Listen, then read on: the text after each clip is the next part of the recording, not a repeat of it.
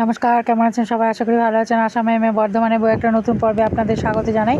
তো আজকে হচ্ছে শুক্রবার 21শে আগস্ট। তো এখানে আমরা এখন অনেকেই হয়তো জানে না, আমরা এখন লাটাগুড়ি চলে এসেছি, জলপাইগুড়িতে।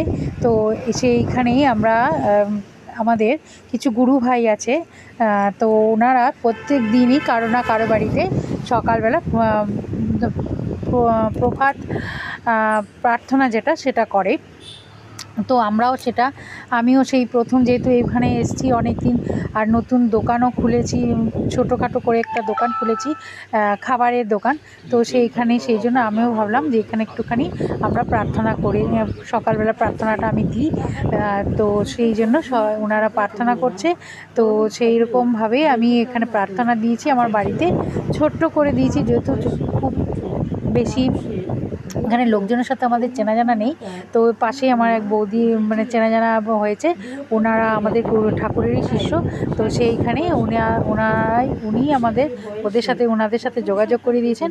তো বন্ধুরা, এই হলো আমার ছোট্ট ইচ্ছা ছিল অনেক দিন থেকে, আর আশা করছি যে এরপরেও আমি আবার দেব, তবে ভালো করেই দেব, একটু বড় করে দেব। তবে এখন যদি আপনাদের আশীর্বাদ থাকে তাহলে অবশ্যই দিতে পারবো। তো এই হলো আমার ছোট্ট জায়গায়, নতুন জায়গায় ছোট্ট ইচ্ছা। তো কেমন হয়েছে অবশ্যই জানাবেন, বা অবশ্যই কমেন্টসে জানাবেন। আর ওনারা সকালে এসেছিলেন 5টা 7-এ, প্রার্থনাটা শুরু হয়েছিল 5টা 7-এ।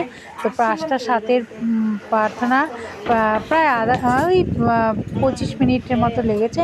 তো ওনাদের সব হয়ে গেল, সব প্রার্থনা ওনারা করলেন, সব ঠাকুরের বই পড়লেন। তারপর আমরা সবাই মিলে একটা ফটো তুললাম। এখানে আমার ফটোটা খুবই খারাপ এসছে, কারণ এই কয়দিন থেকে আমি খুব ব্যস্ত ছিলাম, চুলটু কালার করতে পারিনি। আর এই যে আমার ছোট্ট ঠাকুরের ফটো। আর নিরামিষ সেদিন আমরা খেয়েছি লাউ ঘন্ট, আর এই যে মোচার বড়া করে তরকারি, আর এখানে হচ্ছে ঢেঁকি শাক, এটা হচ্ছে ঢেঁকি শাক। তো এই হলো আজকে দুপুরের খাবার। তো চলো খেয়ে নিই, এখন প্রায় 3টে বাজে, অনেক দেরি হয়ে গেছে, খেয়ে নিচ্ছি। ভিডিওটা কেমন লাগলো অবশ্যই জানিও। এখন এই পর্যন্তই, সবাই ভালো থেকো, সুস্থ থেকো, দেখা হবে আবার নেক্সট ভিডিওতে।